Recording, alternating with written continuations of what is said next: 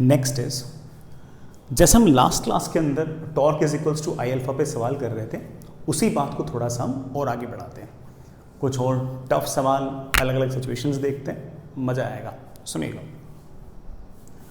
आपके पास एक Atwood machine जैसा ही मामला है। ये आपके पास एक पुली है, कैपिटल एम मास है, आर रेडियस है, दिस इज पुली।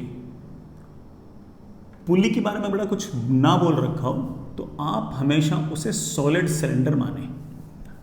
पुली के बारे में कुछ ना बोल रखा हो तो आप उसे सॉलिड सिलेंडर मान सकते हैं, कैपिटल एम मास का, आर रेडियस का। बीचों बीच से हमने इस पुली को ऐसे हिंज कर रखी है, ऐसे। इस पर एक धागा लपेट रखा है, बहुत ही पतला सा, मासलेस थ्रेड बोल रहा हूं बेटा कैलकुलेशन के लिए।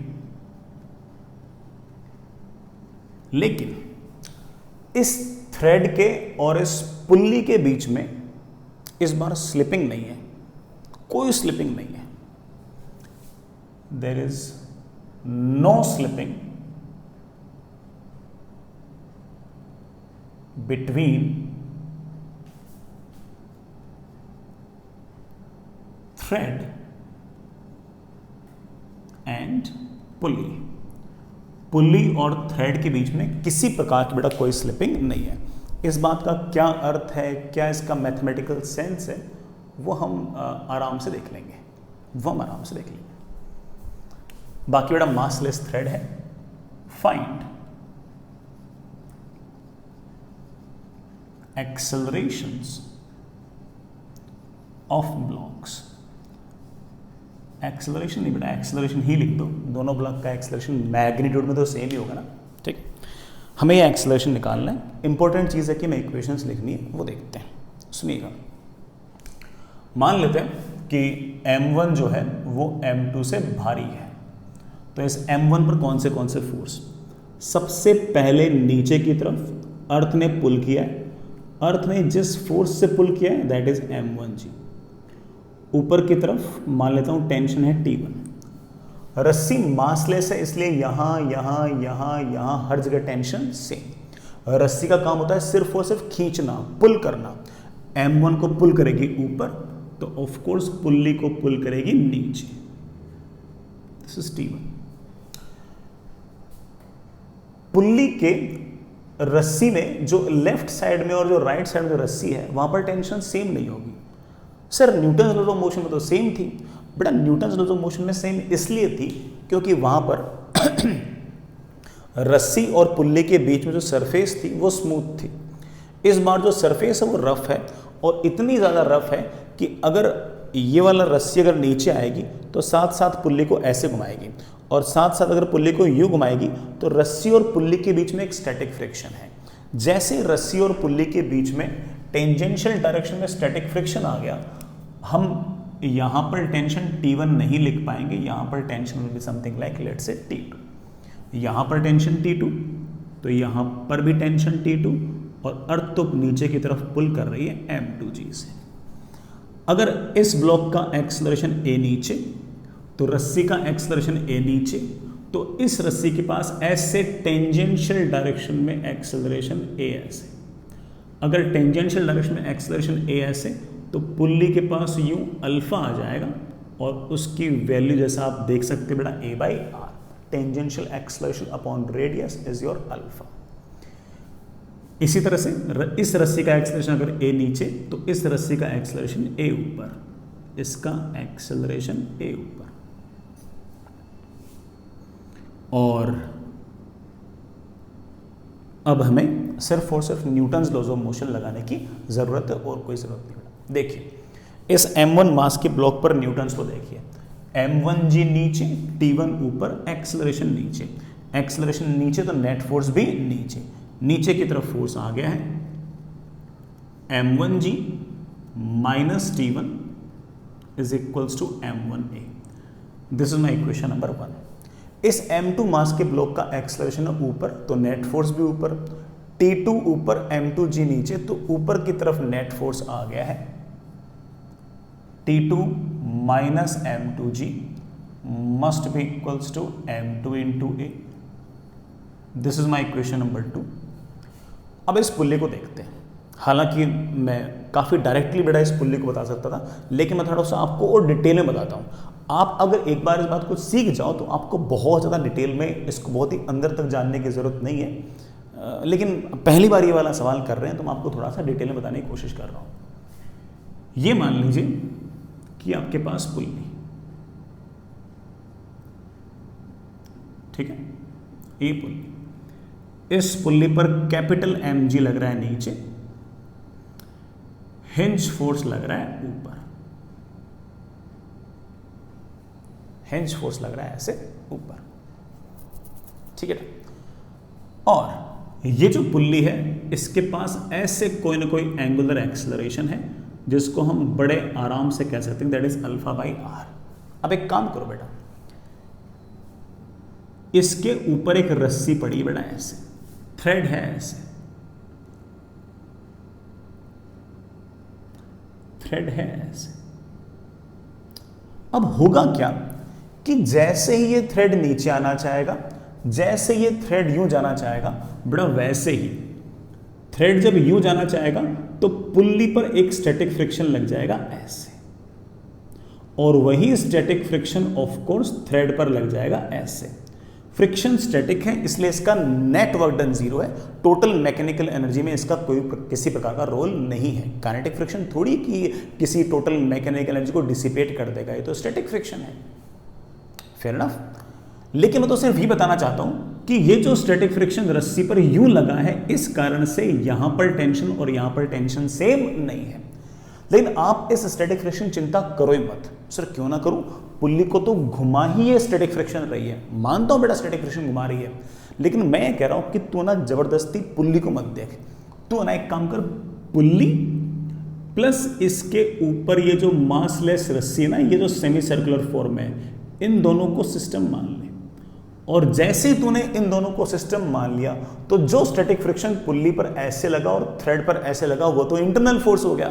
अब एक्सटर्नल फोर्स कौन से हुए, तो आप बोलोगे सर एक्सटर्नल फोर्स इधर की तरफ हमारा T1 हो गया, इधर की तरफ हमारा T2 हो गया। और T1 और T2 अलग क्यों है वो आप समझ ही क्यों, क्योंकि रस्सी में एक फ्रिक्शनल फोर्स है इस तरफ, और उस कारण मैं कह सकता हूं कि Fs plus T2 must be equal to T1। हालांकि हम लोग स्टैटिक फ्रिक्शन लिख नहीं रहे हैं, और क्यों नहीं लिख रहे हैं, क्योंकि हम पुल्ली की एफबीडी नहीं बना रहे हैं, हम एफबीडी किसकी बना रहे हैं, पुल्ली और उसके ऊपर लिपटी हुई स्ट्रिंग की। तो अच्छी बात है, वो स्टैटिक फ्रिक्शन आपका इंटरनल फोर्स हो गया, तो हमें किसी प्रकार की इसमें परेशानी आई। तो चलिए इस पर इक्वेशन न्यूटन से लगाने की जरूरत नहीं बेटा, इसके सेंटर ऑफ मास का एक्सेलरेशन 0 है, ऊपर का फोर्स बराबर नीचे का फोर्स। अगर हमने इक्वेशन बनाई भी तो ऐसी बनेगी कि Fh is equals to capital mg plus T1 plus T2। हमें तो टॉर्क की इक्वेशन लिखनी है। कोई चीज अगर फिक्स्ड हो तो टॉर्क की इक्वेशन कहां से लिखते हो, तो आप बोले से फिर हम हिंज के अबाउट लिखते हैं। यहां से देखना, T1 खींच रहा है नीचे, इसका टॉर्क है अल्फा की तरफ, T2 खींच रहा है नीचे, इसका टॉर्क है अल्फा के अपोजिट, mg पास हो रहा है हिंज से, उसका टॉर्क 0, हिंज पास हो रहा है हिंज से, उसका टॉर्क भी 0। T1 का टॉर्क अल्फा की तरफ है, T2 का टॉर्क अल्फा के अपोजिट है। जिस तरह से हम force equals to mass into acceleration लगाते हैं, वैसे torque is equals to I alpha लगाएंगे। यहां से T1 का टॉर्क आएगा T1 into are minus T2 का टॉर्क आएगा T2 into R. This is the torque. Sir ये माइनस क्यों लगाया, क्योंकि T1 का टॉर्क अल्फा की तरफ है, वो अल्फा की तरफ है, T2 का टॉर्क अल्फा के अपोजिट है, तो माइनस लगा दिया। And that must be equals to I. I कहां से, जहां से टॉर्क लिखा वहां से आई, टॉर्क लिखा यहां से तो मोमेंट ऑफ इनर्शिया भी यहीं से। यहां से पुल्ली का मोमेंट ऑफ इनर्शिया बेटा कहा ना, पुल्ली को आप हमेशा सॉलिड सिलेंडर मान सकते हो, और उसका मोमेंट ऑफ इनर्शिया आपके पास आएगा mr² / 2 into alpha. Alpha is of course a/r, एक r से एक r गया, एक r से ये r गया। This is my equation number 3 बेटा। इक्वेशन समझ दोगे ना, ठीक। मेरे ख्याल से तो इन तीनों इक्वेशंस को ऐड करते हमारा काम बन जाएगा। ऐड करूंगा तो ये T1 गायब, T2 गायब, मेरे पास आ गया m1g minus m2g is equals to m1 plus m2 plus capital M/2 into a, और हमारे पास एक्सेलरेशन की वैल्यू आ गई है, that is M1 minus M2 into g upon M1 plus M2 plus capital M/2। ये मेरे पास एक्सेलरेशन आ गया। हमारे पास एक्सेलरेशन आ गया। कोई इवन अगर इस पुल्ली का एंगुलर एक्सेलरेशन पूछेगा हम वो भी निकाल देंगे। हम कहेंगे कि पुल्ली का एंगुलर एक्सेलरेशन आएगा ऑफ कोर्स A/R। ए पता है तो वही पता है, सब पता है आपको। कोई मुझसे पूछे जैसे टेंशन ये इधर वाले पार्ट में क्या होगी, इस ए को बेटा यहाँ रख दो, T1 पता लग गया। सर इधर वाले पार्ट में टेंशन क्या होगी, बेटा इस ए को यहाँ पुट कर दो तो T2 आ जाएगी। T1 पता है, T2 पता है, तो कोई हिंज फोर्स पूछेगा तो वो भी निकाल देंगे। Hinge force is capital mg plus T1 plus T2। तो मेन काम तो बच्चों ये एक्सेलरेशन निकालना ही था, हम बड़े आराम से ये वाला काम कर सकते थे। चलिए बच्चों, इसी सवाल को अलग तरीके से सोचते हैं, अलग स्टाइल से सोचते हैं, मजा आएगा। सुनिएगा मेरी बात, इस पूरे के पूरे सवाल को हम बढ़िया तरीके से एक बार और सोचते हैं, और सोचते सोचते अगेन हम कुछ ना कुछ सीखेंगे, हमारा थोड़ा एप्टीट्यूड बढ़ेगा। देखिएगा, हमारे पास ये पुल्ली फिक्स, मास है कैपिटल M, रेडियस है आपके पास R,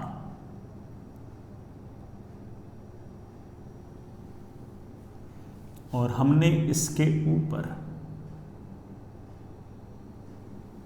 ऐसे रस्सी लपेट रखी है। मासलेस स्ट्रिंग है, ये M1 मास, ये M2 मास। शुरुआत में सारा का सारा सिस्टम इनिशियली रेस्ट पे है, शुरुआत में रेस्ट पे है। ये रेस्ट पे, ये रेस्ट पे, तो ऑफ कोर्स पुल्ली भी आपका रेस्ट पे। M1 M2 से बड़ा है, और पुल्ली के और इस स्ट्रिंग के बीच में किसी प्रकार की कोई स्लिपिंग नहीं है। और कोई स्लिपिंग नहीं है इस बात का मतलब हम जानते बेटा, अगर इसका एक्सेलरेशन A तो इस पुल्ली का अल्फा आएगा A/R वगैरह वगैरह, और जो तुम सोचना चाहो बेटा वो। मैंने इस सारे के सारे सिस्टम को रिलीज कर दिया बेटा यहाँ से, और M1 जो है बेटा वो M2 से बड़ा है। M1 जो है वो M2 से बड़ा है, तो M1 नीचे आएगा, M2 ऊपर जाएगा, M1 नीचे आएगा और M2 ऊपर आएगा, और लगातार ऑफ कोर्स बड़ा ओमेगा स्पीड वगैरह लगातार बढ़ेंगे। फाइंड स्पीड ऑफ ब्लॉक्स, बड़ा ब्लॉक्स की स्पीड बताओ व्हेन M1 हैज descended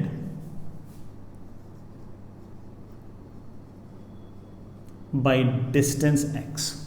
अगर M1 x डिस्टेंस नीचे आ गया तो बताओ उस टाइम पर ब्लॉक्स की स्पीड क्या होगी। सोचते हैं बच्चों, ये M1 मास का जो ब्लॉक है ये नीचे आ गया x डिस्टेंस, मान लेते हैं कि इसकी स्पीड है नीचे की तरफ v, बाई स्ट्रिंग कंस्टेंट जितना ये नीचे आएगा उतना ही ये ऊपर जाएगा।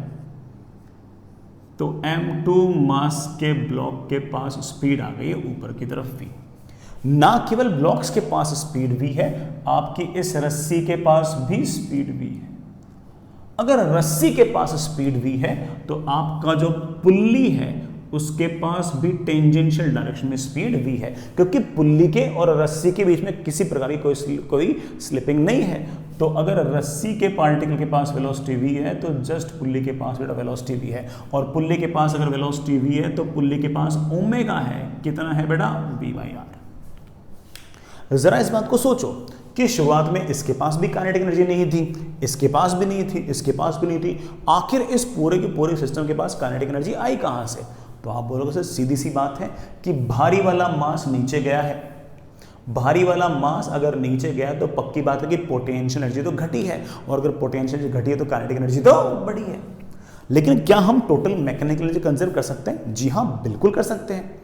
ये जो टेंशन वगैरह है मैं बेटा के तुम्हें पहले भी करके दिखा चुका हूँ, इनका नेट वर्डन 0 आता है, ठीक है, और हिंज फोर्स का वर्डन है नहीं।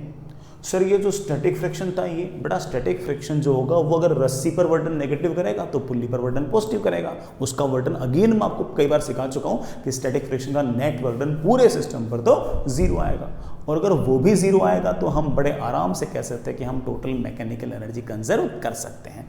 और टोटल मैकेनिकल एनर्जी कंजर्व करने का मतलब है कि loss in potential energy is equals to gain in kinetic energy.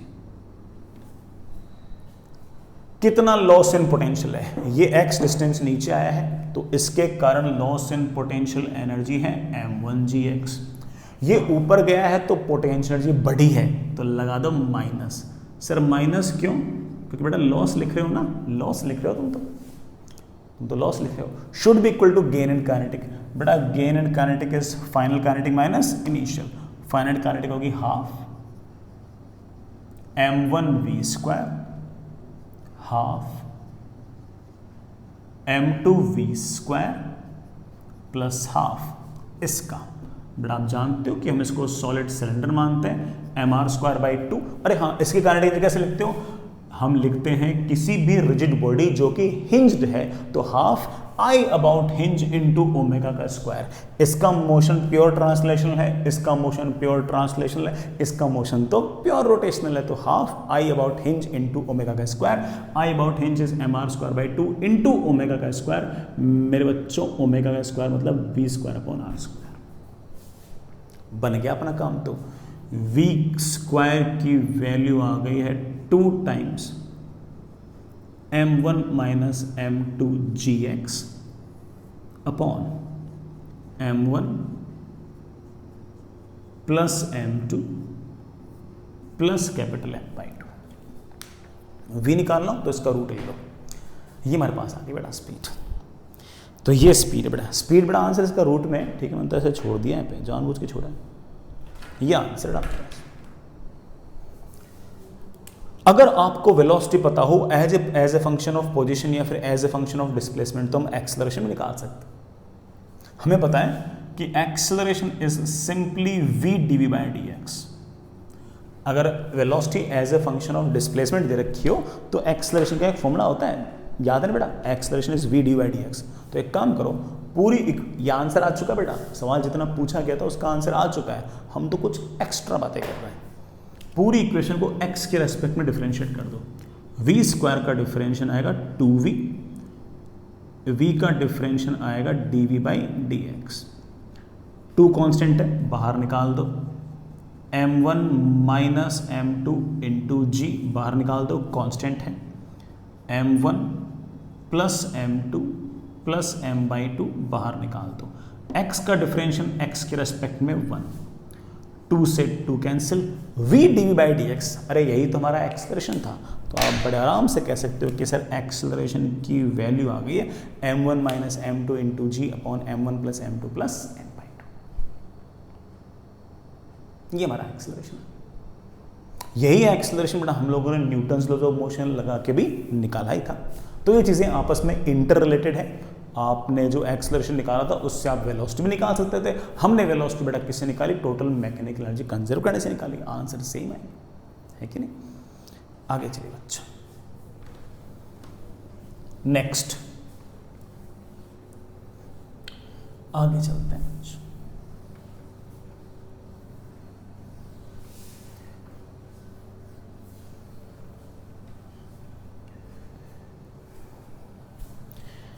कुछ बड़ा स्पेसिफिक पुलीज और भी होते हैं, उनको देखेगा, उस पर एक सवाल देखिएगा। ये बड़ा आपके पास एक पुल्ली, इसमें ये रेडियस r, ये रेडियस 2r, यहां से ये हिंज, और जो हिंज है वो उसके अबाउट इसका मोमेंट ऑफ इनर्शिया में गिवन है कि इट इज कैपिटल I। ठीक है, ये पूरा एक पुल्ली है, रिजिड बॉडी है, पूरा पुल्ली एक है, इसका मतलब इसका एक ही अल्फा होगा, एक ही ओमेगा। ऐसा नहीं कि बेटा इसके ऊपर ये घूम रहा हो, सारा एक साथ घूमेगा अगर घूमेगा तो। ठीक है, इसके ऊपर बेटा एक रस्सी लपेट रखी है ऐसे, यूं। इसको मैंने एक m1 मान से बाहर रखा है। अंदर वाला जो अरेंजमेंट है जो इनर रेडियस है उस पर मैंने एक दूसरा मास बांध रखा है m2।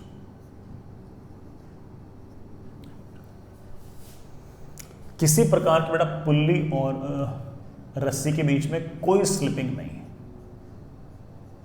कोई स्लिपिंग है ही नहीं, ठीक है।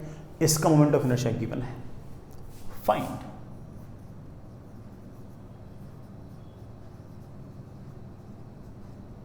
एक्सेलरेशंस ऑफ ब्लॉक्स। ब्लॉक्स क्या एक्सेलरेशन बताओ।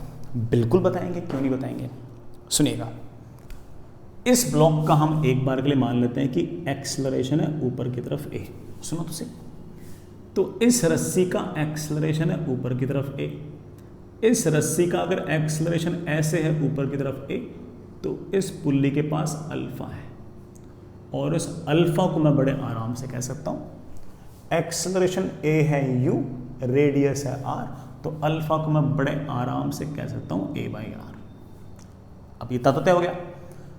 अगर अब इस पूरे के पूरे पुल्ली का, अब पूरा पुल्ली तो सेम ही है, ऐसा तो है नहीं कि इसका अल्फा अलग हो और बाहर वाले का अल्फा अलग हो, तो बाहर वाला जो अरेंजमेंट है उसके पास टेंजेंशियल डायरेक्शन में एक्सेलरेशन आएगा अल्फा इंटू रेडियस, मगर उसका रेडियस r नहीं है बेटा, कितना है 2r।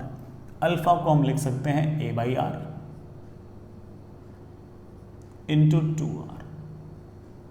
तो इस तरफ टेंजेंशियल डायरेक्शन में एक्सेलरेशन है 2a, इसके पास एक्सेलरेशन है 2a, तो इस रस्से के पास एक्सेलरेशन है 2a, ये 2a से नीचे आ रही है, तो ये भी बेटा 2a से नीचे आ रहा है। ये इसका अगर एक्सेलरेशन a ऊपर है तो इसका एक्सेलरेशन 2a नीचे। समझ में आ गई बात। कारण आप समझ गए होंगे, ये r रेडियस है बेटा, ये 2r रेडियस है, इसका एक्सेलरेशन अल्फा इंटू r है, इसका एक्सेलरेशन अल्फा इंटू 2r है, और अगर ये यूं घूमेगा तो इसका एक्सेलरेशन ऊपर की तरफ अल्फा इंटू r, इसका एक्सेलरेशन नीचे की तरफ अल्फा इंटू 2r।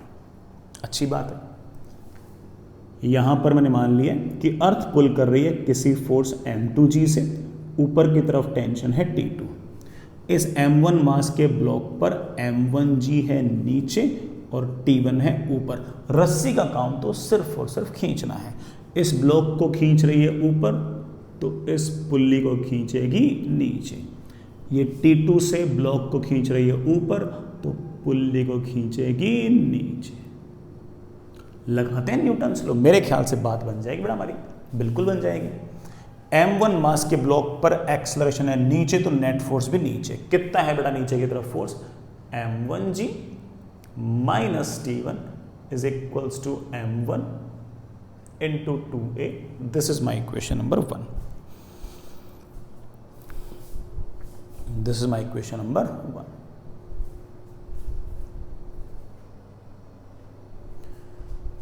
इस m2 मास के ब्लॉक को देखो, T2 है ऊपर, m2g है नीचे। एक्सेलरेशन बता रखा है ऊपर, तो नेट फोर्स भी तो ऊपर। ऊपर की तरफ नेट फोर्स है कितना? T2 minus m2g, that must be equals to m2 into ऊपर की तरफ एक्सेलरेशन, दैट इज a। ठीक है, आगे चलें। अब आओ इस पुल्ली पे। पुल्ली पर कौन से फोर्स देखना बेटा। ये पुल्ली का इनर रेडियस, ये पुल्ली का आउटर रेडियस। पुल्ली को रस्सी खींच रही है T1 से, पुल्ली को रस्सी खींच रही है नीचे की तरफ T2 से। नीचे की तरफ लग रहा है जो भी इसका मास वास होगा वो, और ऊपर की तरफ लग रहा होगा हिंज फोर्स। टॉर्क लिखूंगा मैं यहां से, और अल्फा मुझे दिखा रखा है ऐसे। यहां से हिंज फोर्स का और mg का टॉर्क तो जीरो हो गया। T1 खींच रहा है नीचे, उसका टॉर्क तो अल्फा की तरफ है। T2 खींच रहा है नीचे, उसका टॉर्क अल्फा के अपोजिट है। चेक करो आप इससे, ये हिंज है, इस हिंज के अबाउट T1 लग रहा है नीचे, तो वो अल्फा की तरफ। T2 लग रहा है ऐसे, उसका अल्फा के अपोजिट। तो T1 का टॉर्क अल्फा की तरफ है, T2 का टॉर्क अल्फा के अपोजिट है। तो आप बड़े आराम से कह सकते हो कि T1 into 2r minus T2 into r should be equal to इसका आई। अब यार इसका आई निकालने के लिए मेरे को हल्की फुल्की कोई ज्योमेट्री देने रखी है, तो मतलब कोई बहुत डिटेल में कोई ज्योमेट्री दे तो रखी नहीं है, तो हम क्या करें, इसका मोमेंट ऑफ इनर्शिया जो दे रखा है वही यूज कर लेते हैं, आई इनटू अल्फा। अल्फा लिखना चाहो अल्फा लिख सकते हो, या फिर मेरे बच्चे अल्फा को शायद ए बाई आर लिख रहे थे, अल्फा को आप लिखना चाहो तो ए बाई आर लिख सकते हो। This is my equation number 3। 3 equation है, 3 वेरिएबल हैं, सब सोल्व हो जाएंगे। 3 वेरिएबल कौन से हैं, ए है, T1 है, T2 है। हमें क्या चाहिए, ए चाहिए, T1 T2 नहीं चाहिए एक बार के लिए। चलिए करते बेटा, इस आर को नीचे ले आओ। अब क्या करूं बेटा कि T1 T2 उड़ जाए, बेटा मेरे ख्याल से तो ये 2 से मल्टीप्लाई, बेटा पहली वाली इक्वेशन को 2 से मल्टीप्लाई करो,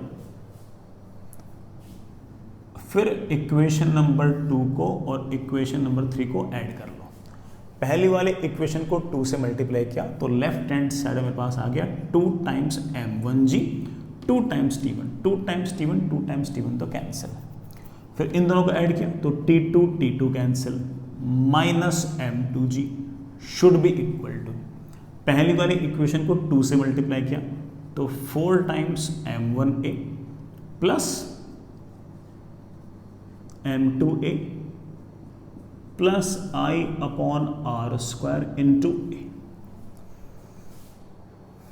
हमारे पास 2 times m1 minus m2 into g upon 4 times m1 plus m2 plus i upon r square. ये आ गया हमारा एक्सेलरेशन। लेकिन ये एक्सेलरेशन किसका आया है, इस ब्लॉक का आया है। सर इस ब्लॉक का कितना होगा, उसका दुगना होगा बेटा, क्योंकि इसका एक्सेलरेशन अगर a है तो इसका एक्सेलरेशन कितना है 2a। तो इस ब्लॉक का एक्सेलरेशन भी पता है, इस ब्लॉक का एक्सेलरेशन भी पता है। सर मुझे टेंशन चाहिए तो रख दो बेटा, इन एक्सेलरेशंस को पुट कर दो तो आप बड़े आराम से T1 T2 टेंशंस भी निकाल सकते हो। I hope that's okay. आगे चलिए,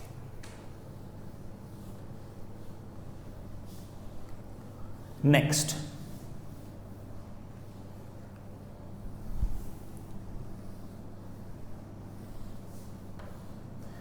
आगे चलते हैं बच्चों, और बातें करते हैं इस बारे में, एक सवाल और करते हैं। आपके पास इस तरह का अरेंजमेंट है,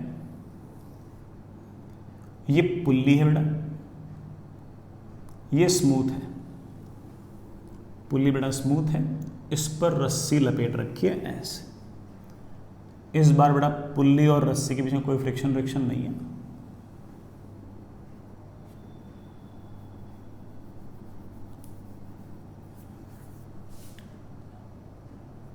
दिस इज, इस पर बड़ा रस्सी लपेट रखी है ऐसे।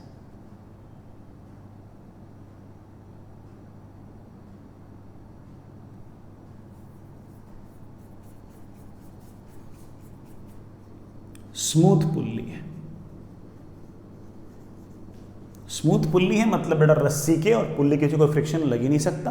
फ्रिक्शन नहीं लग सकता, इधर टेंशन और इधर टेंशन सेम होगी जैसे इन जनरल होती है। यहां पर हमने एक m मास का ब्लॉक रख दिया और इस रस्सी के इस तरफ हमने ऐसे एक हॉरिजॉन्टल रॉड रख दी बेटा।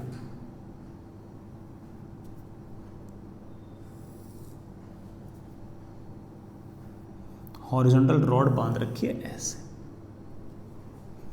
इस हॉरिजॉन्टल रॉड को मैंने यहां से हिंज कर रखा है। ये आपके पास m मास की L लेंथ की यूनिफॉर्म रॉड है और शुरुआत में ये ऐसे हॉरिजॉन्टल है और सारे के सारे सिस्टम को मैंने यहां से रिलीज किया। सारे के सारे सिस्टम को हमने यहां से रिलीज किया, ठीक है। अब जस्ट आफ्टर रिलीज बेटा, रिलीज करते ही, रिलीज करने के 1 सेकंड बाद नहीं, 2 सेकंड बाद नहीं, बस रिलीज करते ही find acceleration of block. Block का एक्सेलरेशन निकालो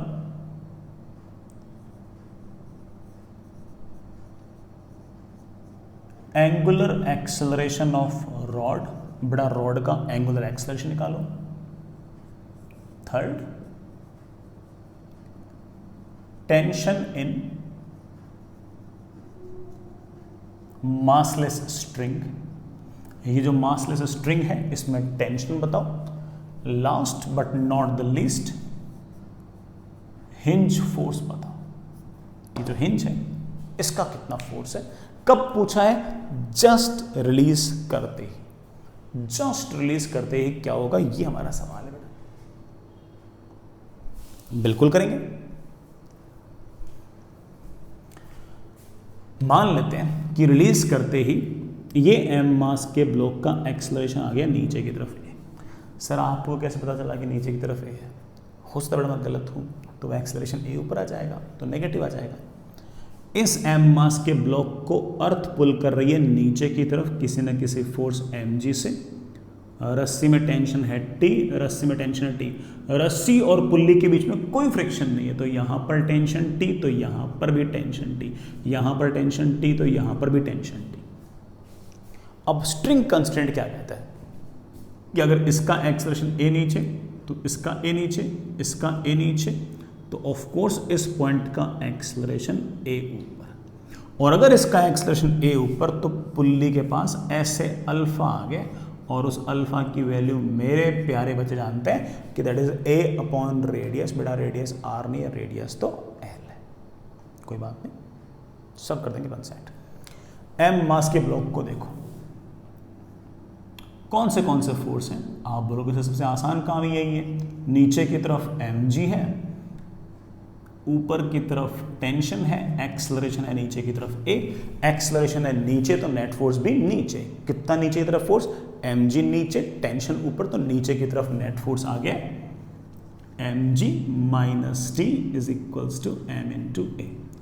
this is my equation number 1। Rod की बात करते हैं बेटा, हॉरिजॉन्टल रॉड है ऐसी, ये हिंज, ये रॉड, कौन से फोर्स? सबसे पहले mg। बेटा इतनी बड़ी रॉड है, mg कहां लगते हुए दिखाओगे? तो आप बोलोगे सर आपने प्रूव कर रखा है कि हम रॉड पर mg सेंटर ऑफ मास पर लगता हुआ मान सकते हैं। बेटा प्रूव कर रखा है लास्ट क्लास में, लास्ट क्लास में, आई डोंट रिमेंबर ना, आपको जरूर याद होगा।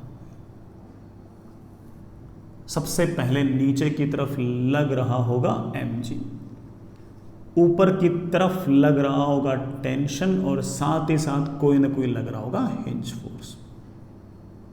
लेकिन हम ये जानते हैं कि इसके पास ऐसे कोई अल्फा है और जिसकी वैल्यू है a/l। रॉड पर तो सिर्फ 3 ही फोर्स थे, mg था, टेंशन था और हिंज फोर्स था। टॉर्क की इक्वेशन लिखो, कहां के अबाउट लिखो? तो आप बोलो सर हिंज है तो हिंज के अबाउट लिखो। हिंज के अबाउट हिंज फोर्स का टॉर्क तो 0, mg का टॉर्क तो आएगा ऐसे, टेंशन का टॉर्क आएगा ऐसे अल्फा की तरफ। जो अल्फा की तरफ आएगा उस टॉर्क को पॉजिटिव लिखेंगे, जो अल्फा के अपोजिट आएगा उसे हम नेगेटिव लिखेंगे। टेंशन का टॉर्क आएगा T इंटू यहां से यहां तक की perpendicular distance L minus mg का टॉर्क आएगा minus mg into L/T, and it should be equal to rod का मोमेंट ऑफ इनर्शिया। रॉड का मास m है, लेंथ l है, इस एक्सिस के अबाउट रॉड का मोमेंट ऑफ इनर्शिया हम जानते हैं, that is ml² 3 into alpha. Alpha हम पहले जानते हैं a/l। एक l से एक l, एक l से t और a, दो अननोन, दो इक्वेशन सॉल्व हो जाएंगे, कोई दिक्कत नहीं बेटा। दोनों इक्वेशंस को ऐड किया तो मेरे पास आ गया mg minus mg/2 should be equal to m plus m/3 into a, that is mg/2 is 4m/3 into a। m से m बड़ा कैंसिल, एक्सेलरेशन की वैल्यू आ गई है 3g/8। पहला सवाल तो हो गया बेटा कि ब्लॉक का एक्सेलरेशन कितना होगा। ब्लॉक का एक्सेलरेशन है 3g/8, पॉजिटिव है, इसका डायरेक्शन सही है। दूसरा सवाल पूछा है angular acceleration of the rod. इसका मतलब और रॉड के पास एंगुलर एक्सेलरेशन आ गया है 3g/8l। अच्छी बात। अगला सवाल है टेंशन। अरे यार बड़ा ठीक है, इस टी को पुट कर दो, टेंशन आ जाएगी मेरे ख्याल से। इस एक को पुट कर दो, एक को पुट करते ही शायद टेंशन की वैल्यू आ गई है 5 mg/8।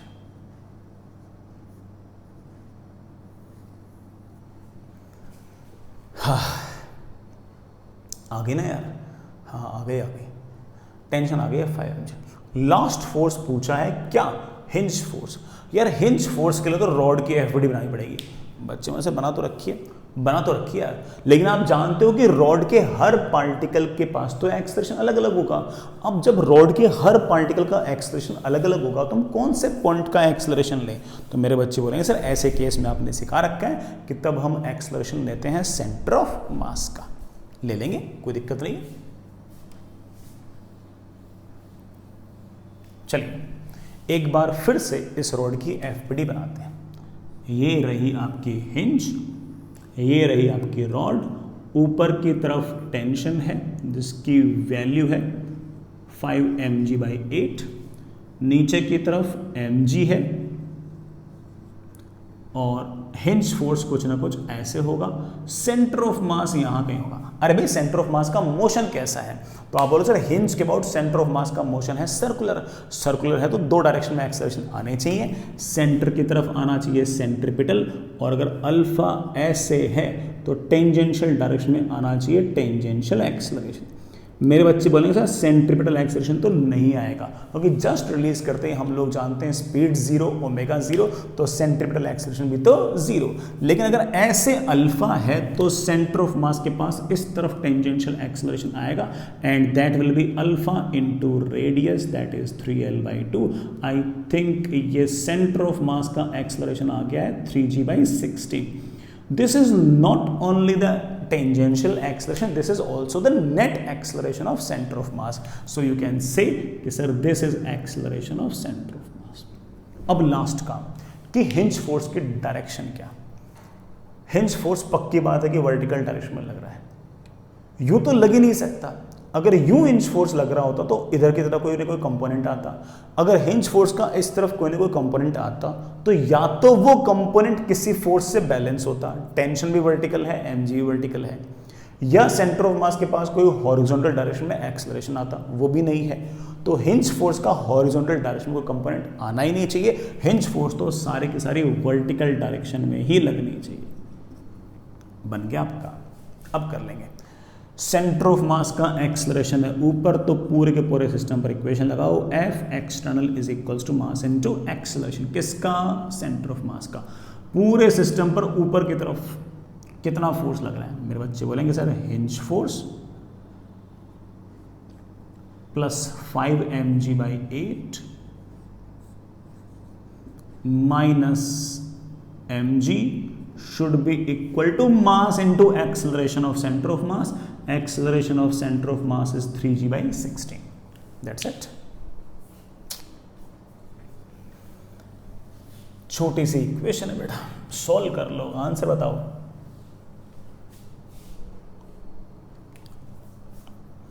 मेरे पास हिंज फोर्स की वैल्यू आ गई बेटा, कितनी आ गई है? हाँ बेटा 5 mg/8 माइनस mg बेटा वो कितना आ गया था? 3 mg/8।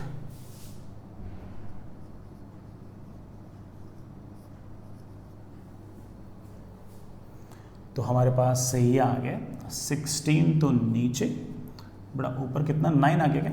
कैलकुलेशन चेक करते रहना यार ना बड़ा। मेरे ख्याल से हिंज फोर्स की वैल्यू आ गई 9 mg/16। 9 mg/16 9 mg/16। चलिए बच्चों आगे चलते हैं।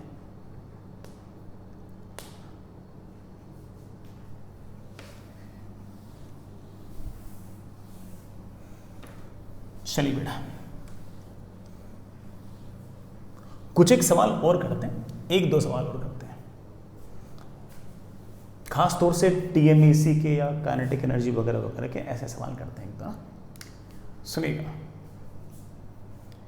ये मान लीजिए कि आपके पास कोई बड़ा डिस्क है,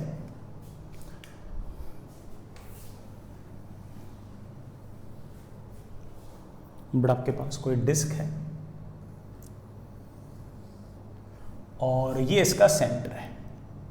सेंटर के अबाउट ये जो डिस्क है ये ऐसे ओमेगा से घूम रही है, ठीक है। और यहां कहीं ये एक रॉड है, ऐसे रेडियल डायरेक्शन में ऐसे एक रॉड पड़ी है।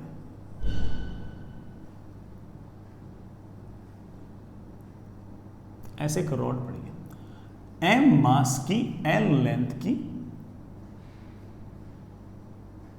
यूनिफॉर्म रॉड है। एम मास की एल लेंथ की यूनिफॉर्म रॉड है और ये जो बड़ा सेंटर है ना डिस्क का, यहां से ए डिस्टेंस दूर इसका सेंटर है। ए डिस्टेंस दूर इसका सेंटर है। अब हमने इस डिस्क को घुमाया तो उसके ऊपर पड़ी हुई ये रॉड भी ऐसे से बड़ा घूम रही है, ऐसे यूं घूम रही है, ठीक है, ऐसे। Find kinetic energy of rod. बेटा रॉड की काइनेटिक एनर्जी लिखिए यार।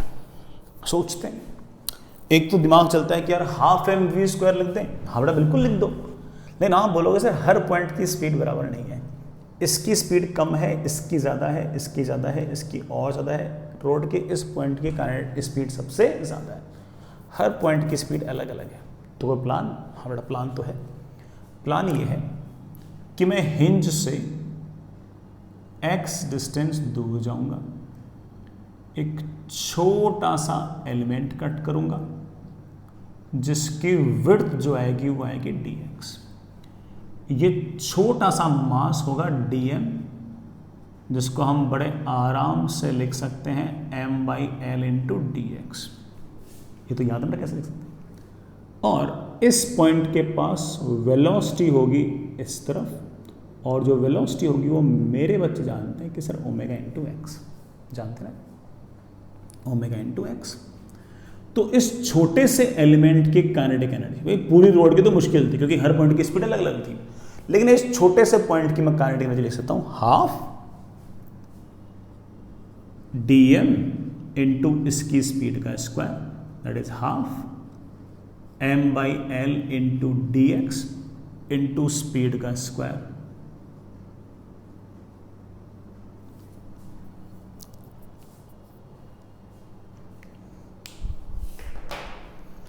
मुझे तो पूरी काइनेटिक एनर्जी निकालनी है, तो आपको सर कोई दिक्कत नहीं है, छोटे छोटे छोटे छोटे छोटे एलिमेंट लीजिए, इंटीग्रेट कर लीजिए और हमारे पास जो काइनेटिक एनर्जी आएगी बेटा दैट इज डी के हाफ बाहर, m बाहर, ओमेगा स्क्वायर बाहर, l बाहर, सिर्फ और सिर्फ आ गया है x स्क्वायर dx। x को कहाँ से कहाँ तक वेरी करें कि पूरी रॉड कवर हो जाए। तो सबसे पहले ये वाला पॉइंट, ये कितना दूर है देखना पड़ा, सेंटर दूर है यहाँ से a डिस्टेंस, ये दूरी है l/2, ये डिस्टेंस है a, ये है l/2, तो ये हो गया a माइनस l/2। तो सबसे नजदीक वाला पॉइंट है a माइनस l/2, चलेगा। सबसे दूर वाला पॉइंट, ये डिस्टेंस है a और ये है l/2, तो सबसे दूर वाला पॉइंट हमारे पास a प्लस l/2।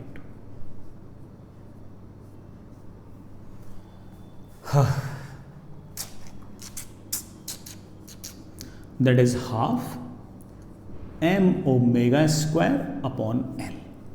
बेटा एक्स स्क्वायर का इंटीग्रेशन क्या होगा, तो मेरे बच्चे चीख चीख के चिल्ला रहे होंगे सर x³/3, लिमिट कहाँ से कहाँ तक, a माइनस l/2 से a plus l/2।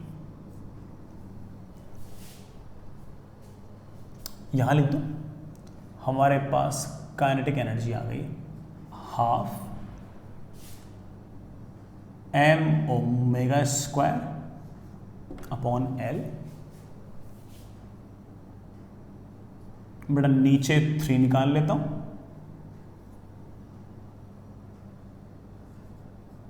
A plus L by two की power 3 minus A minus L by two की पावर 3। करता हूं बेटा solve. M omega square upon 6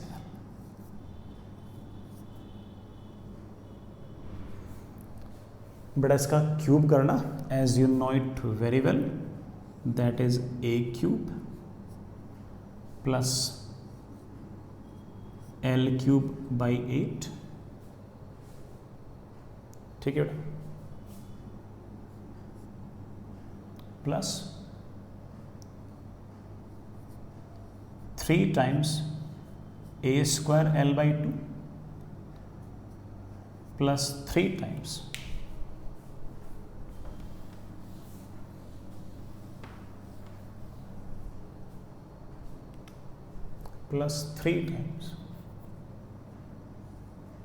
A l square by 4 minus इसका क्यूब करते हैं बेटा, कितना आएगा, a cube minus l cube by 8 minus 3 a square l by 2 plus 3 a l square by 4।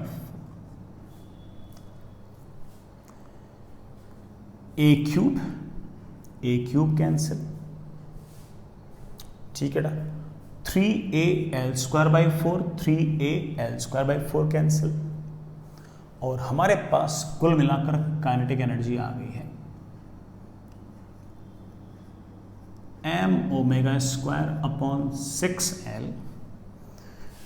बेटा देखना, L cube by 8 plus L cube by 8, बेटा मेरे ख्याल से आ गया है L cube by 4 plus plus plus plus 3 a square l by 2 plus 3 a l square by 2, तो कितना आ गया, 3 a square L plus 3 a square L. इसको और थोड़ा अच्छा लिखें, इसको हम लिख सकते हैं, बेटा आंसर कहाँ से लिखूँ फिर मैं, हाँ यहाँ लिख दो जहाँ सवाल लिखा है, काइनेटिक एनर्जी इज, बेटा देखना, एम ओमेगा स्क्वायर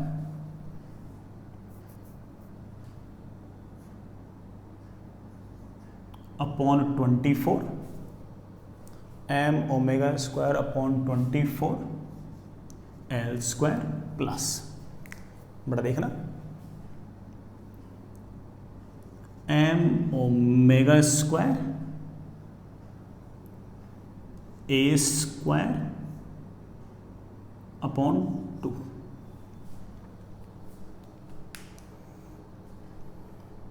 एक बार कैलकुलेशन जरूर चेक करना, 24 आ गया बेटा नीचे, M omega square L square, सही बेटा, 3 से बड़ा 6 कैंसिल, और नीचे बेटा 2 बच गया, M omega square A square. ये आंसर हमने बहुत मेहनत से ये आंसर निकाला और बहुत ही बढ़िया से हम लोगों ने इंटीग्रेट किया, तब जाके बेटा ये आंसर आया। मैं इसी आंसर को एक तरीके से और भी सोच सकता था, इसी आंसर को एक तरीके से और भी सोच सकता था। कैसे? कि मैं ये कहता कि ये जो रॉड है, अब सुनना, वही चीज सिखानी मेरे को, मैं वही चीज सिखाने के लिए इतना लंबा चौड़ा सवाल किया मैंने कि आपको इतना सब करने की जरूरत नहीं है, आपने किया आंसर आएगा। आप इसी बात को एक तरीके से और सोच सकते हैं, आप कह सकते हैं कि देखो ये जो रॉड है ये एक फिक्स्ड एक्सिस के अबाउट रोटेशन कर रही है, तो आप सीधा बोल दो रोटेशन कर रही है तो it is something like pure rotational motion. This rod is performing rotational motion about which axis, an axis which is not on the rod but at this point.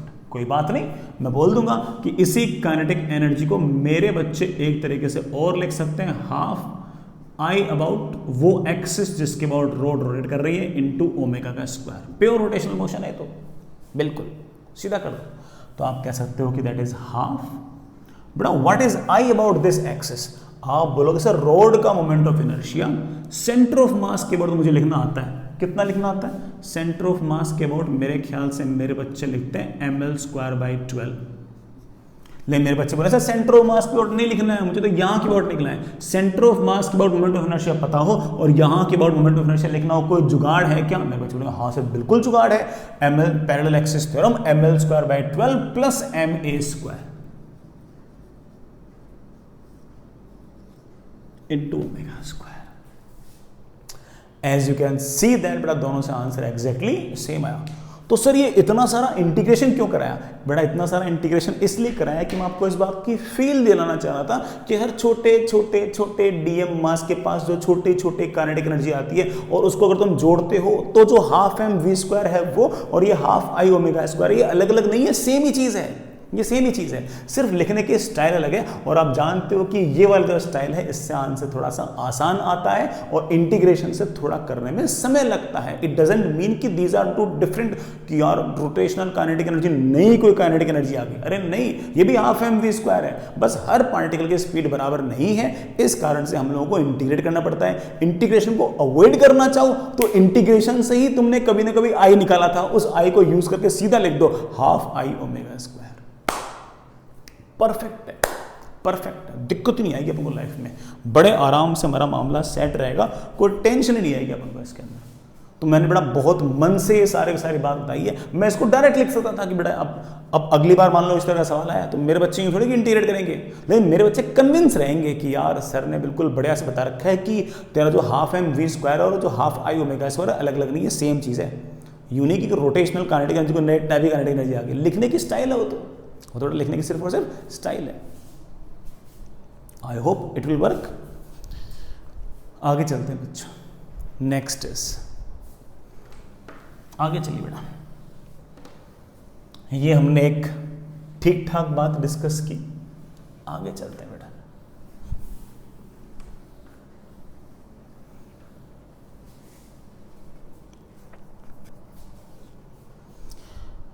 जब भी आपसे किसी सवाल के अंदर बेटा पूरा का पूरा जो सेक्शन एफ वाला जो सवाल है बेटा, अपनी शीट में जो सेक्शन एफ है उसमें अक्सर ओमेगा और स्पीड ही पूछ रखे हैं, तो आप एक काम करना, हर बार बेटा टोटल मैकेनिकल एनर्जी कंसिडर करना और आंसर लाना जैसे हम लोग अभी इन दिनों लेकर आए, ठीक है। बाकी बेटा जो आपके सेक्शन बाकी सेक्शन है वो तो torque is equals to I alpha पर ही है, ठीक है।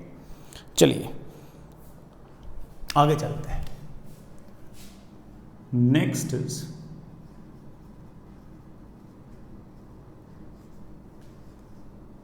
Mechanical equilibrium. किसी सिस्टम को आप बड़ा मैकेनिकल इक्विलिब्रियम पर आप तब कहेंगे जब उस पर लगने वाला एक्सटर्नल फोर्स भी जीरो होगा और उस पर लगने वाला टॉर्क भी जीरो होगा। अगर फोर्स जीरो होगा it means that acceleration of centre of mass is zero and velocity of centre of mass is constant, ठीक है।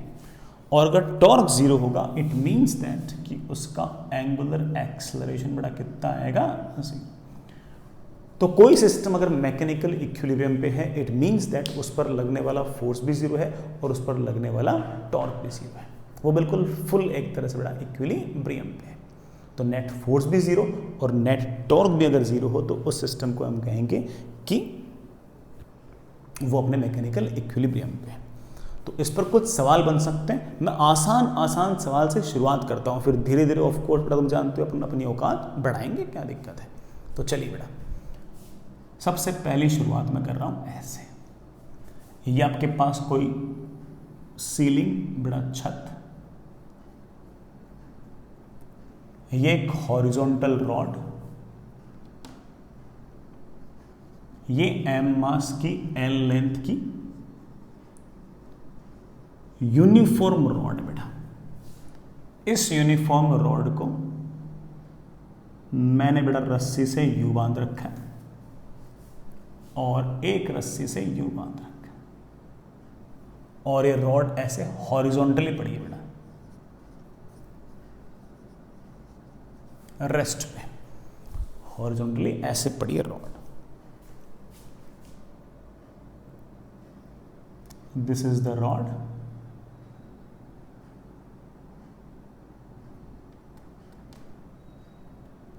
ये डिस्टेंस बेटा आपकी L/4 है। बस ये जो रॉड है बिल्कुल रेस्ट पे है, कहीं नहीं जा रही। बेटा रेस्ट पे है तो ऑब्वियस बात है कि इस पर नेट फोर्स भी जीरो, नेट टॉर्क भी जीरो है।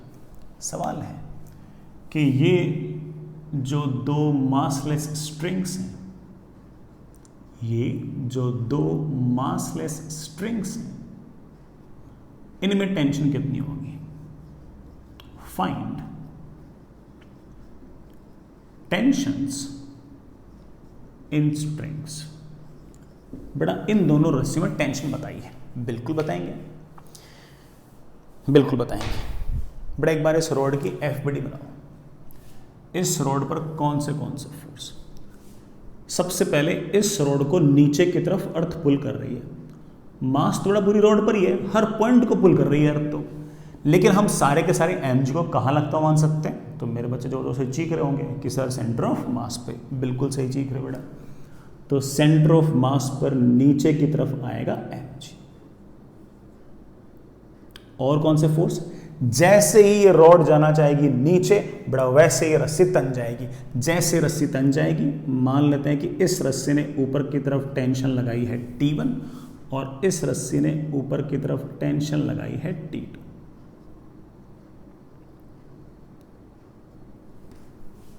ये डिस्टेंस है L/4, तो ये डिस्टेंस भी है L/4। ये डिस्टेंस ऑफ कोर्स आपके पास L/2। क्या रॉड ऊपर जा रही है? नहीं। क्या नीचे जा रही है? नहीं। तो नेट फोर्स क्या होना चाहिए? जीरो। तो एक इक्वेशन तो तय है बेटा, कौन सी? कि T1 + T2 should be equal to mg। This is my equation number 1। अब दूसरी इक्वेशन बनाना हमारा एम है, बनाते। दूसरी इक्वेशन इस बात की है कि क्या आपकी रॉड रोटेट कर रही है? तो मेरे बच्चे बोलेंगे ना सर बिल्कुल नहीं कर रही। तो रॉड का ओमेगा जीरो है और वो कांस्टेंट है। जीरो है और वो कांस्टेंट है। और अगर जीरो और कांस्टेंट है तो ऑफ कोर्स एंगुलर एक्सेलरेशन भी जीरो है। एंगुलर एक्सेलरेशन जीरो है, it means that torque zero है। हाँ बिल्कुल, टॉर्क जीरो है। तो सर कहां से जीरो करें? कहीं से भी कर दो। नहीं सर, गलत, झूठ बोल रहे हो आप। सर कहीं से नहीं। आपने कहा था कि या तो हिंज से करें या सेंटर ऑफ मास से करें। बेटा यहां पर तो हर पॉइंट ही हिंज है एक तरीके से देखें तो। ये वाला भाई हिंज वाले पॉइंट में क्या खास बात थी कि वाला पॉइंट रेस्ट पे था? यहां पर तो सारे पॉइंट रेस्ट पे हैं। तो उस लॉजिक को अगर लगाऊं कि हिंज से लिख या सेंटर ऑफ मास से लिख, वो लॉजिक तो चीख चीख के फिर से कह रहा है कि टॉर्क की इक्वेशन तुम यहां से भी लगा सकते हो, यहां से भी लगा सकते हो, यहां से भी लगा सकते हो, यहां से कहीं से लगा दो, कहीं से लगा दो, कहीं से लगा।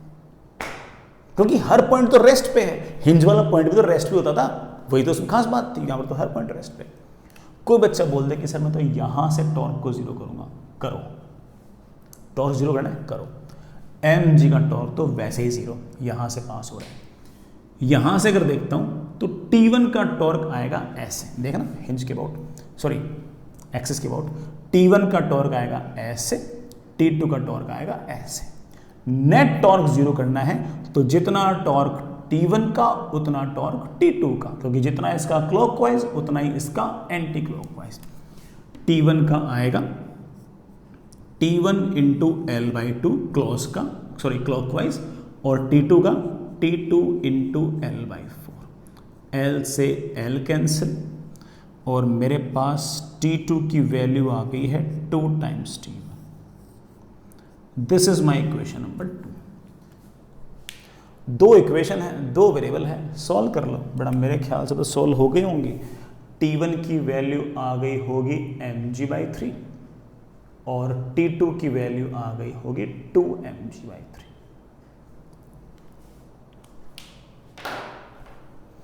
Fair enough. कोई बच्चा जिद पकड़ ले कि सर मैं यहां से टॉर्क की इक्वेशन जीरो ना करूं और सर यहां से टॉर्क जीरो करूं, सर कोई दिक्कत है क्या?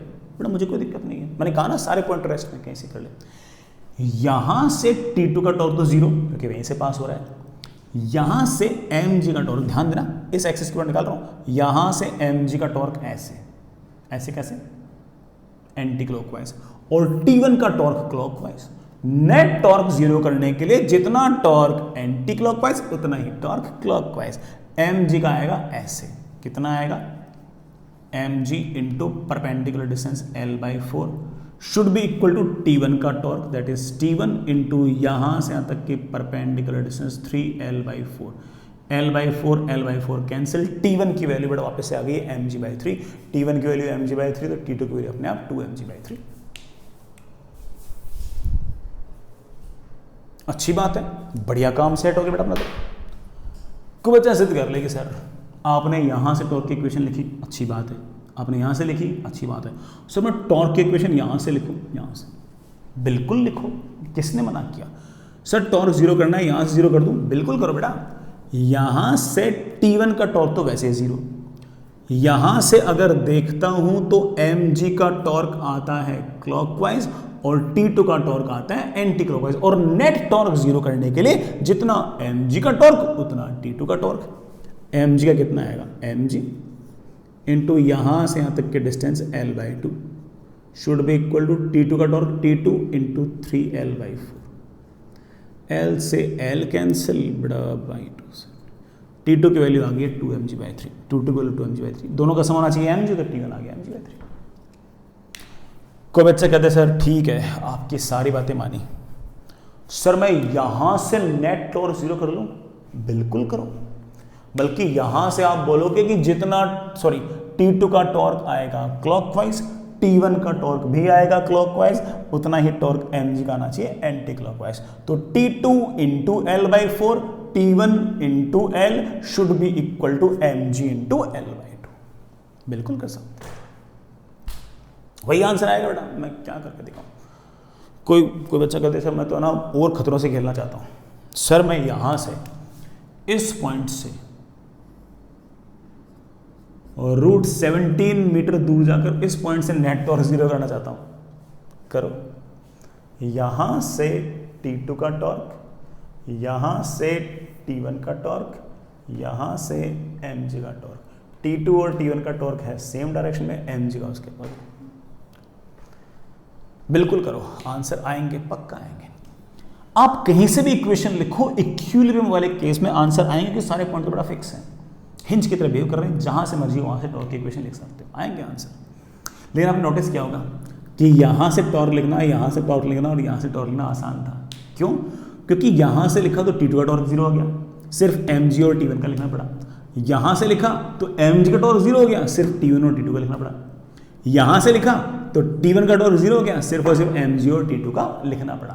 तो यहां से लिखना आसान इसलिए पड़ रहा है क्योंकि तीन फोर्स में से एक फोर्स का टॉर्क तो जीरो है, बाकी दो का लिख दो और बराबर कर दो, अपोजिट तो है, समझ रहे इस बात को? तो इसलिए आसान पड़ा वो, इसलिए आसान। बाकी आपकी मर्जी है, जहां से लिखो बेटा वहां से आंसर आएंगे, क्यों नहीं आएंगे। आगे चलिए बच्चों,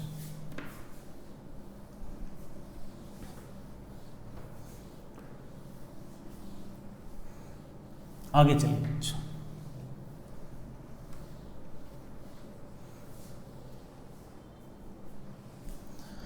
अगला सवाल एक और गौर फरमाइएगा। सवाल ऐसा है, आपके पास ये एक प्लैंक, हॉरिजॉन्टल प्लैंक है बेटा,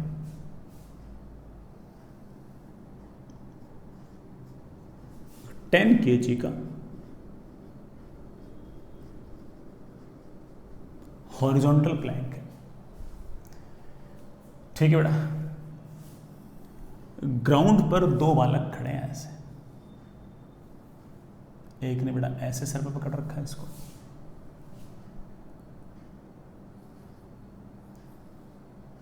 एक ने ऐसे पकड़ रखा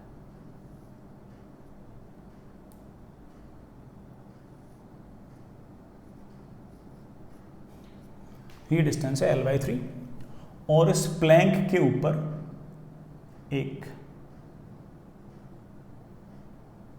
5 kg का ब्लॉक भी पड़ा है जो यहां से L/3। तो दोनों बालकों ने अपने सर पर बड़ा एक प्लैंक को ऐसे ऊंच रखा है और प्लैंक के ऊपर कोई ब्लॉक पड़ा है 5 kg का, और सारा का सारा जो सिस्टम है वो रेस्ट पे।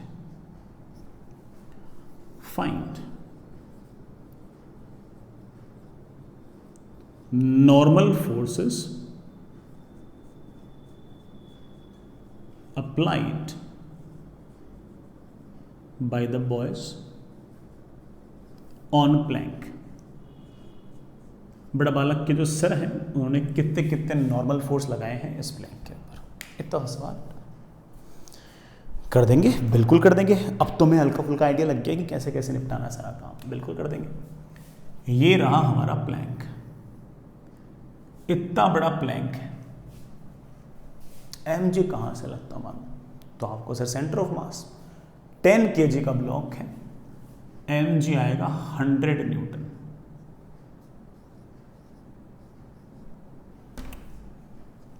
पांच kg बेटा ये भी है,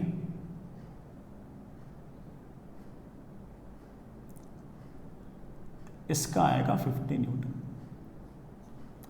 इन दोनों के बीच का बड़ा नॉर्मल फोर्स दिखाने की जरूरत नहीं, वो इंटरनल फोर्स है। ब्लॉक का और प्लैंक के बीच जो नॉर्मल फोर्स है वो दिखाने की जरूरत नहीं है। इधर वाले बालक ने मान लेते हैं कि ऊपर की तरफ नॉर्मल फोर्स लगाया है and let's say it is N1। इस बालक ने ऊपर की तरफ नॉर्मल फोर्स लगाया है and let's say it is N2।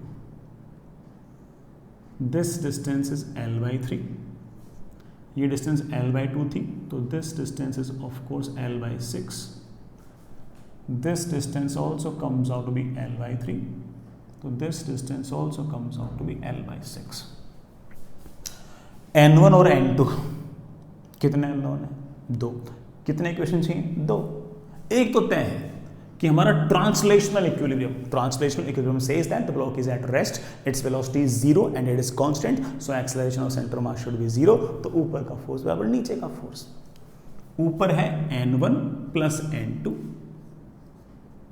N1 plus N2 should be equal to, नीचे की तरफ है 150 न्यूटन। दूसरी इक्वेशन, ऑफ कोर्स ये हमारा जो प्लैंक है रोटेट तो नहीं कर रहा, बट अगर रोटेट नहीं कर रहा तो नेट टॉर्क तो 0 आना चाहिए। और नेट टॉर्क 0 लाने के लिए क्या करें? कोई सा भी एक पॉइंट पकड़ लो, नेट टॉर्क 0 कर दो। पॉइंट कोई सा भी हो सकता है, सारे पॉइंट रेस्ट में, कहीं से कर लो, यहां से कर लो, यहां से कर लो, यहां से कर लो, यहां से कर लो, यहां से कर लो, बॉडी के बाहर से भी कर लो, कोई दिक्कत नहीं है, बस वो पॉइंट रेस्ट होना चाहिए, कर दो, मुझे कोई इशू नहीं है। लेकिन मेरे बच्चे बोलेंगे सर ज़्यादा आसान ना सर, वो यहाँ से या यहाँ से या यहाँ से या यहाँ से करना है। द रीजन इज कि यहाँ से अगर करूँगा तो N2 का टॉर्क ही नहीं आएगा, N1 का आएगा और 50 और 100 का आएगा। तो 4 फोर्स में से एक फोर्स का टॉर्क तो लिखना ही नहीं पड़ेगा, सिर्फ 3 का लिखना पड़ेगा। सही कह रहे हो बेटा वाली बात है, तो इन्हें ऐसे कर दो। चलिए बच्चों, मैं यहाँ से कर लेता हूँ, मैं यहाँ से करता हूँ। यहाँ से N2 का टॉर्क तो 0, यहाँ से 100 का टॉर्क आएगा एंटी क्लॉकवाइज, 50 का टॉर्क आएगा एंटी क्लॉकवाइज, N1 का टॉर्क आएगा क्लॉकवाइज। तो इन दोनों का टॉर्क जितना आएगा उतना ही टॉर्क N1 का आएगा। यहां से 100 का टॉर्क 100 इंटू L/6 प्लस यहां से 50 का टॉर्क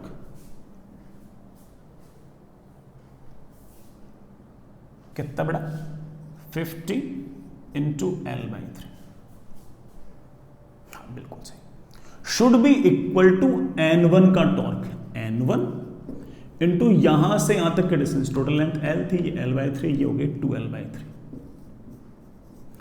L से L कैंसिल, हाँ बेटा 50/3 कितना हो गया 100/3 should be equal to 2 times N1/3 cancel, N1 की वैल्यू आ गई 50, N1 की वैल्यू N1 की वैल्यू कितनी आ गई है 50, तो N2 की वैल्यू आ गई है 100।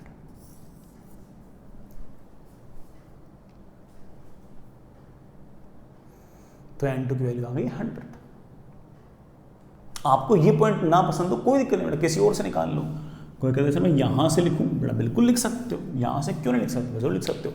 यहां से अगर देखोगे तो 50 का टॉर्क ऐसे, 100 न्यूटन का टॉर्क ऐसे और N2 का ऐसे। ऑब्वियस बात है कि इन दोनों का टॉर्क जो आएगा वो क्लॉकवाइज, इसका टॉर्क एंटी क्लॉकवाइज, और नेट टॉर्क 0 होने के लिए जितना इनका क्लॉकवाइज उतना इसका एंटी क्लॉकवाइज। लिखो तो सही, आएगा answer 50 into L/3 plus 100 into L/3 plus L/6, तो L/2 हो गया, should be equal to N2 into यहां से यहां तक की डिस्टेंस बेटा कितनी है 2L/3। हाँ बेटा 50/3 plus 50 should be equals to 2 times n2/3। तो मेरे पास आ गया है 2 times n2/3 should be equal to 200/3। By 3 से बाई 3 कैंसिल, n2 की वैल्यू आ गई 100 न्यूटन। जैसे ही आपका n2 100 न्यूटन आया, ऑफ कोर्स n1 आपका 50 न्यूटन आया। आपकी मन में और इच्छा हो कि सर मैं यहाँ से और यहाँ से भी टॉर्क जीरो करना चाहता हूँ, बेटा बिल्कुल कर सकते हो, है ना, बिल्कुल आंसर आएंगे, क्यों नहीं आएंगे बेटा, है ना। मैच भी करा लेना, है ना, मुझे दिखाना चौड़ा दिखा भी सकते हो टेलीग्राम पे, है ना, हालांकि बहुत ही आसान काम है, तुम लोग कर लोगे, ठीक है। चलिए बच्चों,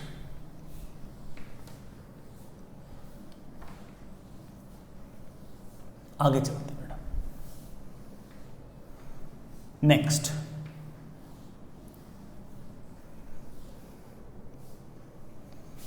अगला सवाल, ऐसा ही सवाल बेटा एक बार, है ना, मतलब इक्विलिब्रियम के ही सवाल पूछ रहा हूं, कोई अलग से बातें नहीं पूछ रहा। इक्विलिब्रियम का एक और सवाल सुनिए बच्चों।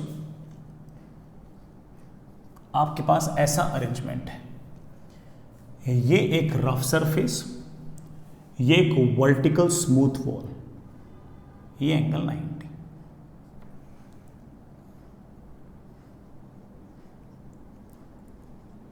ये है वर्टिकल स्मूथ वॉल, ये बेटा मेरे पास एक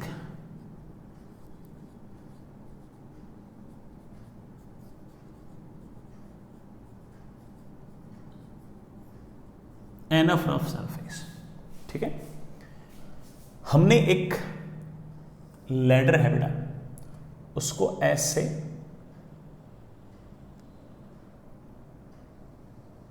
वॉल के सहारे छोड़ रखा, एम मास की एल लेंथ की यूनिफॉर्म लैडर है बेटा, रॉड ही मान सकते, कोई दिक्कत नहीं है। और इसने हॉरिजॉन्टल से एंगल बना रखा है थीटा, और ये बस ऐसे रेस्ट पे है, मतलब चिल मचा रही, कहीं नहीं जा रही, बस रेस्ट पे है। आपको ये बताना है कि इस रॉड पर इस दीवार ने कितना नॉर्मल फोर्स लगाया, हॉरिजॉन्टल सरफेस ने कितना नॉर्मल फोर्स लगाया, और जो फ्रिक्शनल फोर्स है वो कितना आएगा। मतलब कुल मिलाकर इस रॉड पर जितने भी अननोन फोर्सेस हैं वो सारे के सारे आपको निकालने हैं। सवाल लिखिएगा बेटा, draw FBD of rod, rod की FBD बनाए, और रॉड की FBD बनाने के बाद एंड फाइंड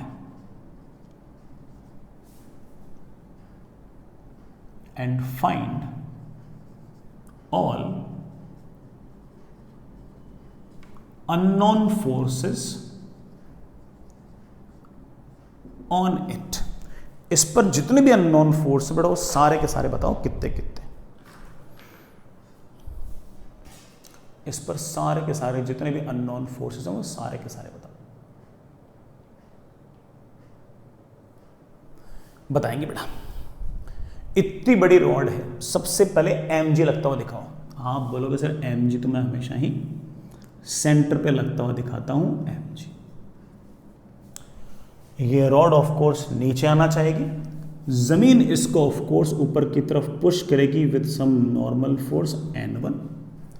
ये जो बड़ा वर्टिकल वॉल है ये इसको पुश करेगी ऑफ कोर्स बड़ा with some force n2। This angle should be equal to 90 degree. इस n2 के कारण बेटा रॉड के सेंटर ऑफ मास की टेंडेंसी होगी इधर जाने की, और रॉड की बेटा टेंडेंसी अगर इधर जाने की तो यहां पर लग जाएगा स्टैटिक फ्रिक्शन। स्टैटिक क्यों? क्योंकि रॉड तो रेस्ट पे है। भाई अगर रॉड को अगर आप इस तरह से छोड़ दोगे तो रॉड की टेंडेंसी स्लिप होने की होगी, ऐसे स्लिप होने की टेंडेंसी होगी, तो इस पॉइंट की टेंडेंसी, इस पॉइंट की कोशिश होगी कि काश मैं इधर चला जाऊं। जैसे ही इधर जाने की कोशिश करेगा स्टैटिक फ्रिक्शन लग जाएगा इधर। चलिए बेटा इक्वेशंस बनाते हैं।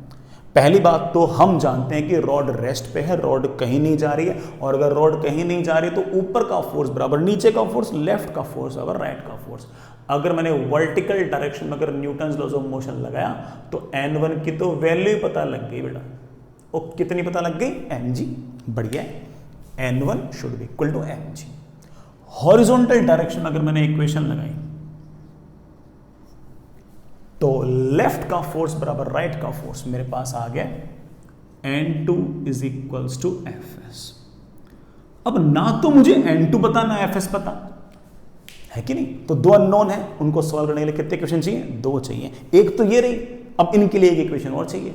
वो इक्वेशन किस बात की, तो मेरे बच्चे बोलेंगे सर अभी तो आपने फोर्स जीरो किया है, सर टॉर्क भी तो जीरो करो। टॉर्क कहां से जीरो करूं, तो मेरे बच्चे अगेन जोर जोर से चिल्ला रहे होंगे कि सर कहीं से कर दो। सर रोड का तो हर पॉइंट फिक्स है, और अगर हर पॉइंट फिक्स है तो हर point is behaving like a hinge, और हर पॉइंट अगर हिंज की तरह बिहेव करो, चाहे टॉर्क यहां से लिखो, चाहे यहां से लिखो, चाहे यहां से लिखो, चाहे यहां से लिखो, चाहे यहां से लिखो, चाहे यहां से लिखो, सर एक ही बात है। लेकिन हम ठहरे मक्कार, तो हम क्या करेंगे कि आसान रास्ता चूज करने की कोशिश करेंगे कि उन सारे के सारी एक्सिस में से मैं उस एक्सिस के अबाउट टॉर्क के इक्वेशन लिखने की कोशिश करूंगा और उसको जीरो करने की कोशिश करूंगा जहां से टॉर्क लिखना सबसे आसान हो, और सबसे आसान टॉर्क लिखना यहां से। मेरी बात का गलत अर्थ मत निकालना, मैं ये नहीं कह रहा कि यहां से टॉर्क जीरो करने से आंसर आएगा। यहां से करो, यहां से करो, यहां से करो, इवन यहां से करो, यहां से करो, हर जगह से आंसर आएगा। यहां से टॉर्क जीरो करने में मेरा फायदा था कि दो फोर्स तो यहीं से पास हो रहे हैं, तो उनके टॉर्क तो वैसे जीरो आ गए, सिर्फ दो बचे, एक mg जिसका टॉर्क देखना इस एक्सिस के अबाउट जिसका टॉर्क आ रहा है क्लॉकवाइज, एक n2 जिसका आ रहा है एंटी क्लॉकवाइज, और नेट टॉर्क जीरो करने के लिए जितना mg का टॉर्क क्लॉकवाइज उतना ही nt का टॉर्क, n2 का टॉर्क एंटी क्लॉकवाइज। मेरा तो काम बन जाएगा। तो मैं यहां से इसलिए नहीं कर रहा हूं कि सिर्फ यहीं से आंसर आएगा, आंसर तो हर जगह से आएगा। मैं यहां से इसलिए कर रहा हूं क्योंकि यहां से करना सबसे आसान है। I hope you get the point. तो अगर कोई मुझे कह दे कि सर यहां से नेट टॉर्क जीरो करो, तो मैं कहूंगा कि बेटा यहां से n2 का और fs का टॉर्क तो जीरो, और यहां से देखना बेटा mg का टॉर्क, ये स्क्यू लाइन के बीच का सेपरेशन, ये रहा आपका सेपरेशन। बेटा बताओ, ये है l/2, तो ये है l/2 का cos थीटा, तो mg का टॉर्क है mg इंटू l/2 का cos theta should be equal to n1 का टॉर्क, सॉरी बेटा n2 का टॉर्क, n1 का और fs का तो जीरो आ गया था, n2 का line of action of force ये रहा, n2 का line of action of force तो ये रहा। यहां से n2 का टॉर्क कितना आएगा, ये line of action of force, और यहां से अगर टॉर्क लिखना है तो ये रही बेटा आपकी लेवर आर्म या परपेंडिकुलर डिस्टेंस। अगर ये L है तो ये है L cos थीटा, ये है L sin थीटा, तो ये भी है L sin थीटा। n2 का टॉर्क आएगा n2 इंटू यहां से यहां तक की परपेंडिकुलर डिस्टेंस, बेटा that perpendicular distance is L sin theta, L से L कैंसिल, n2 की वैल्यू आ गई है mg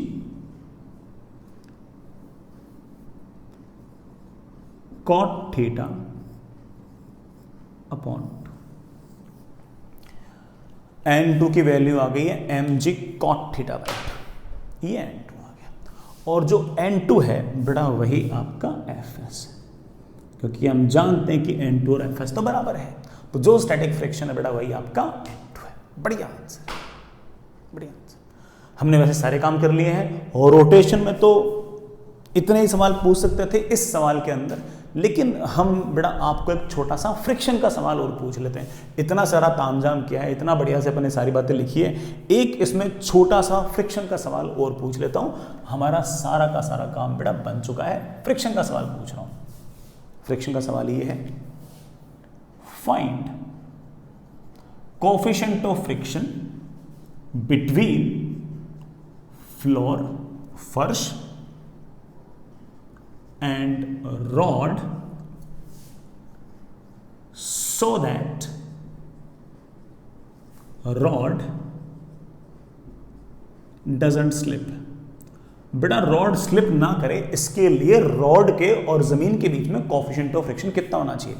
I have some plan.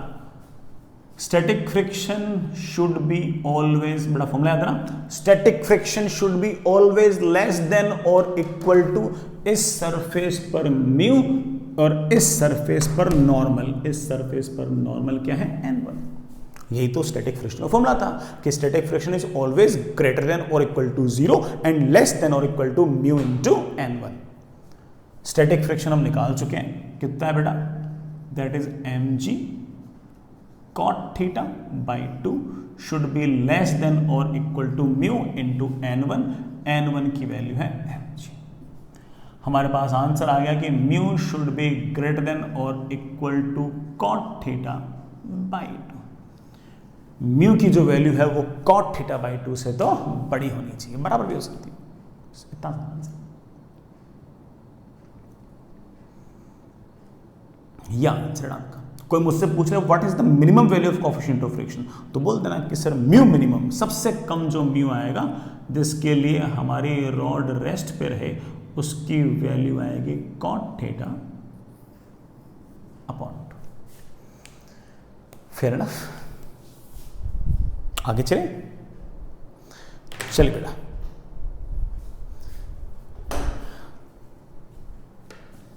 एक छोटा सा सवाल और करते हैं।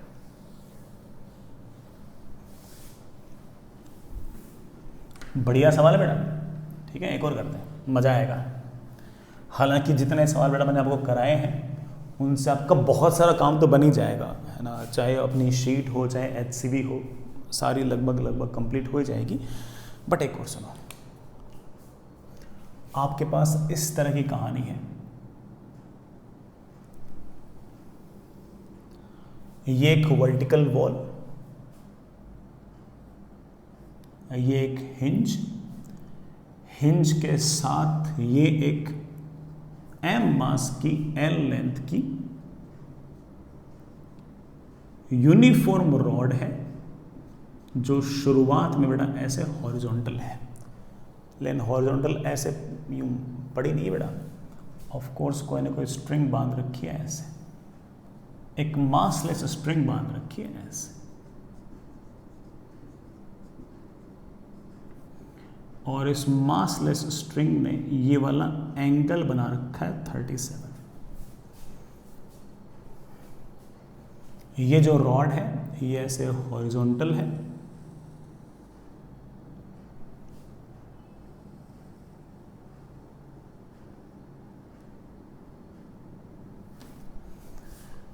ऐसे, और रेस्ट बेटा बांध रखी है इसको रेस्ट पे, बस पड़ी m मास की l लेंथ की रॉड है बेटा, ये वाली रॉड है, ये तो रस्सी बेटा, ये तो रस्सी है, रस्सी से बांध रखा है। रस्सी बेटा अगर ना बांध रखी हो तो रॉड गिर जाती है कि नहीं। फाइंड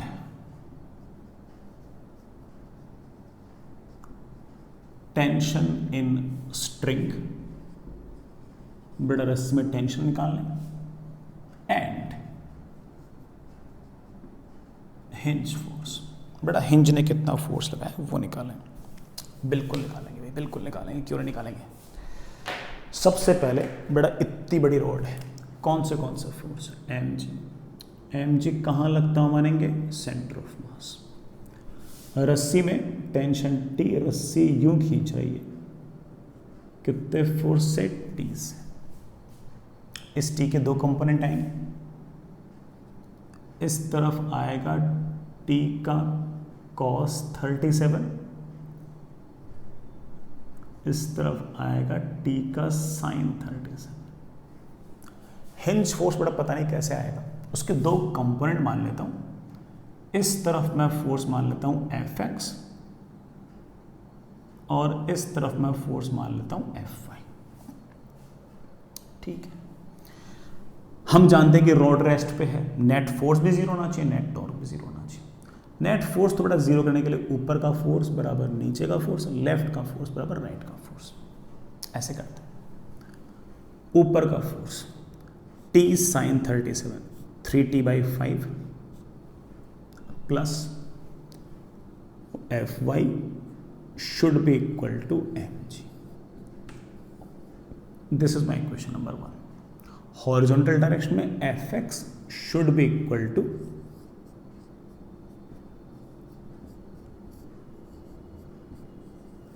40/5। अब लास्ट काम आ गया क्या बेटा, टॉर्क जीरो करने वाला। टॉर्क जीरो करने के लिए यहां से कर दो, बढ़िया है। एफ वाई का टॉर्क जीरो, एफ एस का टॉर्क जीरो, टी कॉस 37 का टॉर्क भी जीरो, वो तो वहीं से पास हो। तो यहां से मैंने टॉर्क जीरो करने के लिए यहां से अगर देखूंगा तो एफ वाई एफ एक्स और टी कॉस 37 तो यहीं से पास हो रहे हैं। एम जी का टॉर्क आएगा क्लॉकवाइज और टी साइन 30 का टॉर्क आएगा anti clockwise. Net torque zero करने के लिए जितना टॉर्क एम जी का उतना ही टेंशन का। एम जी का टॉर्क आएगा एम जी इनटू मेरे बच्चों यहां से तक की perpendicular distance that is L by two should be equal to T sine 37 का torque that is 3t by 5। बेटा ये तो कितना है 3t बाई 5। 3t बाई 5 की यहां से यहां तक परपेंडिकुलर डिस्टेंस कितनी बड़ा एल। टेंशन बड़े आराम से आप निकाल सकते हो। टेंशन की वैल्यू आ गई है बेटा, कितनी आ गई यार 5 mg बाई 6। एक बार चेक करना बेटा, मैंने सही तो कैलकुलेट किया ना, मेरे पास आ गया tension is equals to 5 mg by 6। ये टेंशन आ गई, ये टेंशन आ गई। पहला काम तो बेटा टेंशन आ गया। हिंज फोर्स निकालो, निकाल लेगा हिंज फोर्स। एफ एक्स के लिए तुम जानते बेटा दिस इक्वल्स टू दिस, ये आ गया है 5 mg बाई 6 का cos 37। बेटा cos 37 इज 4 बाई 5, 5 से 5 cancel that is 2 mg by 3। ये अगर 2 mg बाई 3 तो हिंज फोर्स भी 2 mg। ठीक है ना। वर्टिकल डायरेक्शन में आप जानते हो कि F Y plus 3 by 5 of tension, tension is 5 mg by 6 should be equal to mg। 5 से 5 कैंसिल, एफ वाई की वैल्यू आ गई mg बाई 2। वाई डायरेक्शन में हिंज फोर्स है mg बाई 2, एक्स एक्सेस के लॉन्ग है 2 mg बाई 3। तो of course जो नेट हिंज फोर्स होगा it will be something like this and that hinge force will be root of इसका square plus इसका square that is under root of F X का square plus F Y का square. M G मैंने common निकाल लिया, under root of 4 by 9 प्लस 1 by 4 that is M जी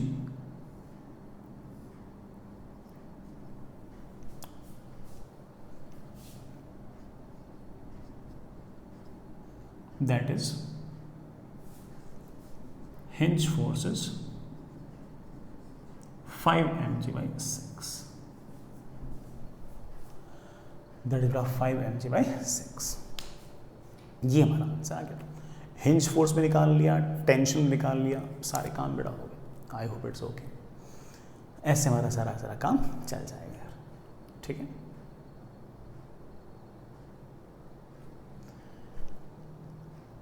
आगे चलते हैं बेटा।